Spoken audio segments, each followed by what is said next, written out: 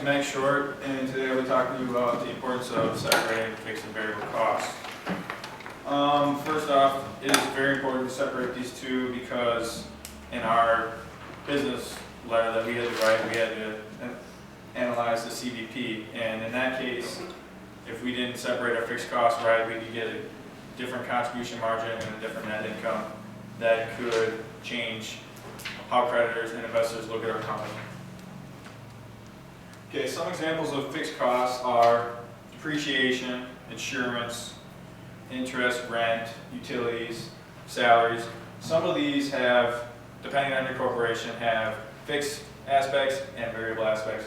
For example, utilities, some corporations, they'll only be fixed costs like lighting the facility or whatever. But for some, you might use more utility expense for producing your product.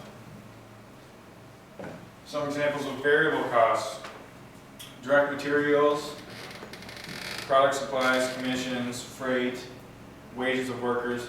These are variable costs because, like direct materials, this is the cost that's going into your product. This is all your materials that need to make the product.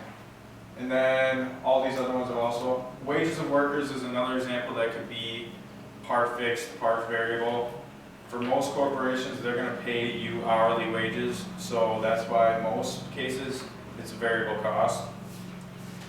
Then I made a quick example, made up a donut corporation.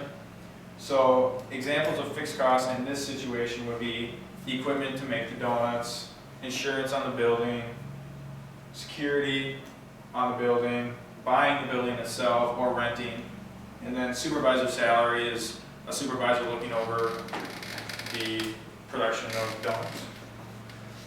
Some variable costs that go into making donuts: sugar, milk, eggs, all the ingredients, flour, and then also the wage of hourly workers. If they're only there for 8 hours, you're not going to pay them more than they earned. And in my example that you can see on the handout, if you don't separate your variable and fixed costs, let's say they put wage of workers as a fixed cost going into the year and say, oh, we're going to pay our workers $200,000 this year. Well, you can't really do that because if you're paying them hourly wages, you can't say, oh, I'm only going to pay them $200,000. Let's say they work more, you got to pay them more. If they work less, you got to pay them less. And this gives us a net income of $175,000 in an example, and a contribution margin of $825,000. So let's say the workers only actually earned $150,000. This is going to change your contribution margin to $675,000 and your net income by $50,000.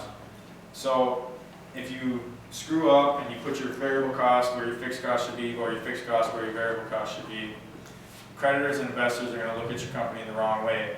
And in this case, they both have positive net incomes, which is good, and it was only $50,000. In some corporations, that's not a lot of money. But if you show that you have a net income of $300,000 and you're actually losing money because you separated your costs wrong, that's going to look bad to creditors and investors. So what it comes down to is separate your fixed and variable costs right, so creditors and investors will be interested in your company.